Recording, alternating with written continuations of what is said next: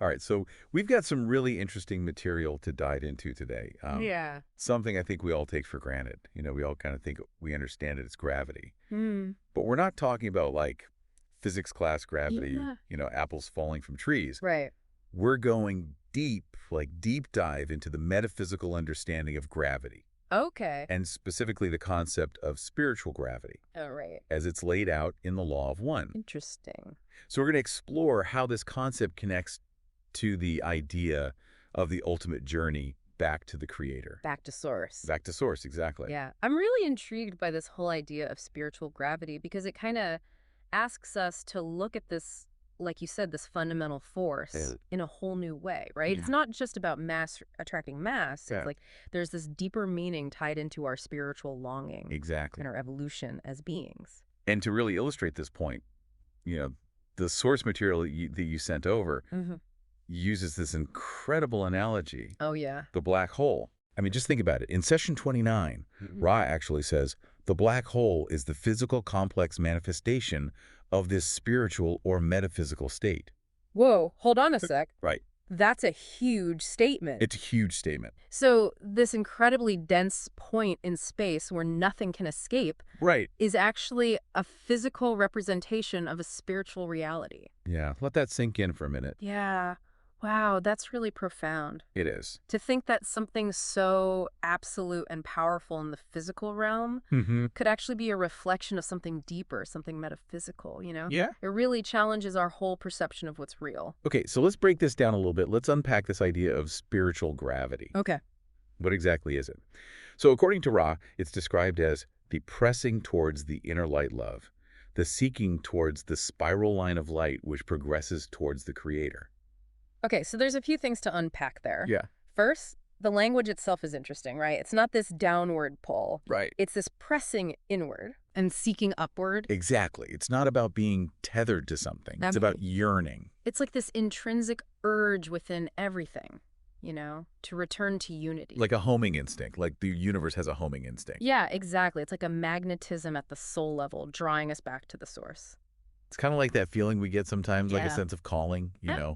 like there's something bigger out there. Yeah, like a pull towards something meaningful. Yeah, exactly. A subtle but persistent kind of Yeah. current guiding us. We're all on this path, and there's this, I don't know, Yeah. force gently nudging us along. Yeah, yeah. And linked to this whole idea of spiritual gravity is another interesting concept. Okay. Spiritual mass. Spiritual mass. Hmm. So Reread describes this as spiritual mass is that which begins to attract the outmoving and ongoing vibratory oscillations of being, wholeness, into the gravity.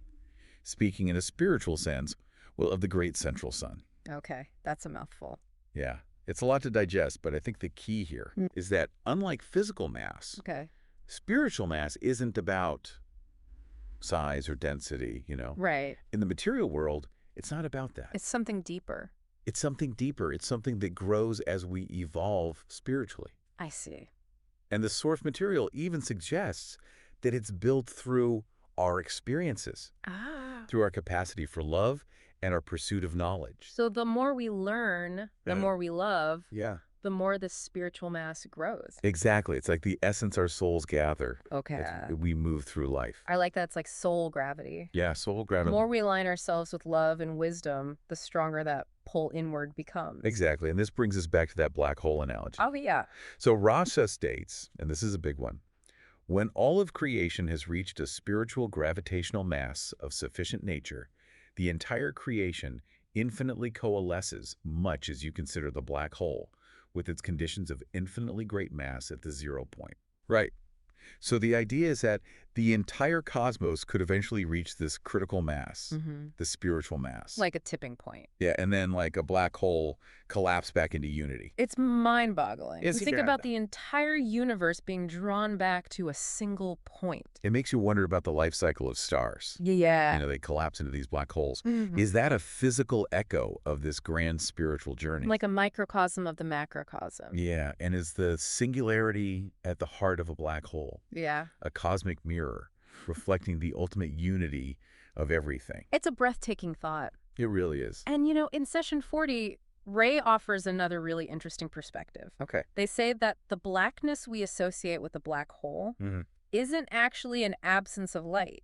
Oh, It's a concentration of white light being systematically absorbed once again into the one creator. so it's not empty, it's full. Yeah, it's like an ultra-dense form of light returning to its source. It's like the universe breathing out and then breathing back in. Exactly, a constant ebb and flow of creation and return. A cycle. Yeah, and our sources say that finally, this absorption into the one creator continues until all the infinity of creations have attained sufficient spiritual mass, all form once again the great central sun of the intelligent infinity, awaiting potentiation by free will. So this great central sun isn't a place, right? No, it's more like a metaphysical focal point where all these evolved consciousnesses converge. Like the ultimate meeting point. Yeah, and think about it like this. The universe takes a breath. Okay. It expands out into all these different forms, and then it breathes back in. Back to a unified source. Exactly, ready for the next cycle of creation. It's beautiful imagery, the breath of yeah, God. yeah, it is. And within this cycle, the black hole isn't just an end, it's a transition. It's a doorway, Our sources suggest it might even be like a metaphysical chrysalis. a cocoon. Yeah, a cocoon, allowing for movement between different stages of existence, these different octaves. So it's not destruction, it's transformation. Yeah, exactly. And that begs the question, are these seemingly destructive forces in the universe actually crucial parts of this cycle? I mean, it makes you think, right? It really does. We tend to view black holes as these terrifying things. Right. But what if they're actually essential for the whole process of creation and return? Okay, now here's something that seems a bit paradoxical. Okay. The relationship between spiritual gravity and the density of illusion. Oh, this is a tricky one. Yeah, so Ross states that there will be a greater spiritual gravity, thus causing a denser illusion. So the closer we get to truth, Mhm. the more intense the illusion becomes. It seems counterintuitive, right? It does. You'd think a stronger pull towards truth would mean less illusion, not more. Yeah, that's the logical assumption. But think about it this way. Maybe as we get closer to that unity, Okay. the experiences we have become richer, Mm. more layered, more intense. It's like a tapestry. The closer you get, the Yeah. more detail you see. Exactly. And the more complex it seems. So that heaviness, that intensity we experience in our current reality Yeah. could actually be a sign that we're experiencing a stronger gravity of awakening. Like our souls are getting closer to a major transformation. And this inward pull is described further through the concept of the spiral line of light. Oh, yeah. Gravity, according to Ra, is the pressing towards the inner light love, seeking towards the spiral line of light, which progresses towards the creator. So this spiral isn't just some random path. No, not at all. It's deliberate. Yeah, the source material really emphasizes that this spiral represents our spiritual journey, our evolution. So we're constantly circling back, but each time we're at a higher level. Yeah, it's like a constant returning and refining. And it's not a straight line. It's this dynamic, cyclical movement. Like we're constantly revisiting similar lessons, but at deeper and deeper levels. I love that imagery, the spiral being both the map and the movement. It's guiding us back to the source. Yeah, and think about gravity not just as this force, but as a metaphysical memory of source. I like that, a metaphysical memory. It's constantly nudging us back onto this path. And it's interesting because this spiritual gravity, it's not uniform. Oh, right. You know, our sources bring up Venus as an example. Mm. You note that the gravity we also describe as the pressing outward force towards the creator is greater upon Venus due to the greater degree of success at seeking the creator. So, wait, are they talking about Newtonian gravity here? No, not physical gravity. Okay, because that wouldn't make sense. Exactly. It's not about physical mass, Al. It's about something else. Right, so what kind of gravity are they talking about? It's a measure of how intensely that planet, collectively yearns for that connection with the creator. Ah, so it's like this collective soul magnetism Exactly. reflecting their advanced spiritual development. So the more a consciousness, whether it's individual or planetary, actively seeks that connection, the stronger this pull becomes So it's a gravity powered by intention. by desire for unity. And it's fascinating how this concept of spiraling light and this inward draw Yeah. isn't just this abstract idea. Right. The source material connects it to real physical structures, Yeah. like the pyramids. Exactly. So Roa explains that the pyramid shape is a collector which draws the in-streaming energy and allows this energy to spiral upward in a line with the apex of this shape. What do you make of that?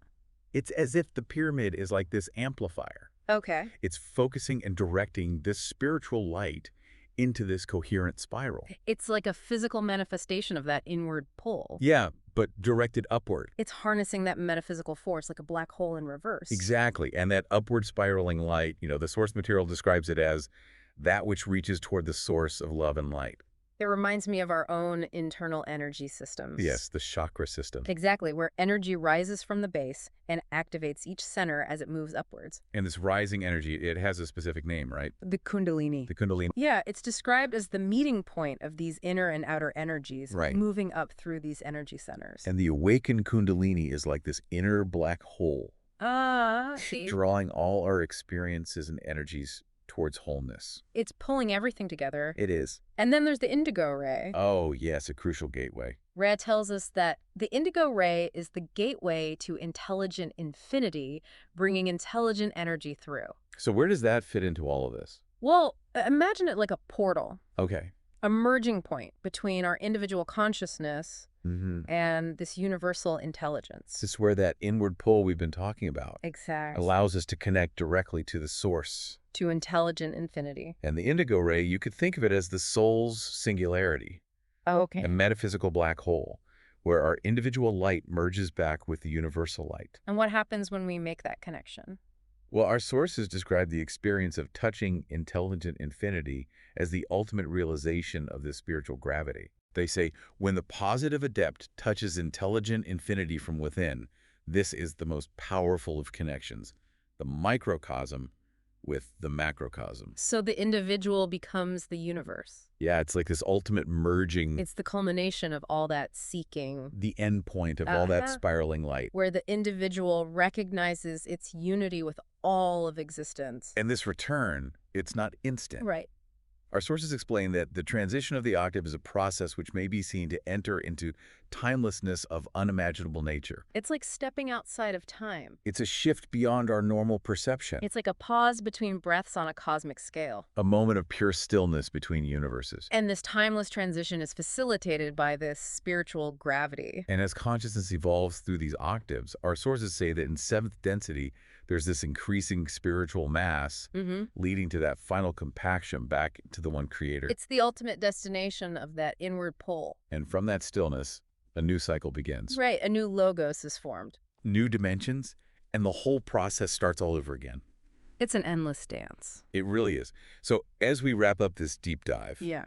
it's clear that the law of one paints this fascinating connection between spiritual gravity and the metaphysics of the black hole. It's all about this inward pull towards the source. A journey that's mirrored in these black holes. It makes you think about your own gravity, It does. that spiral of light within you, guiding you towards greater understanding. Yeah, maybe the journey isn't about striving for something external, but recognizing and surrendering to this pull towards unity within us. That's a beautiful thought. It is, and it leaves us with a question. Okay. What if the longing we feel, that sense of searching, Yeah, is actually the universe remembering itself within us? like a gentle but persistent tug calling us home. Yeah, something to ponder. Definitely. Well, thank you for joining us on this deep dive. It's been a fascinating exploration. May your own inner light guide you on your journey. And may you find your way back to the source.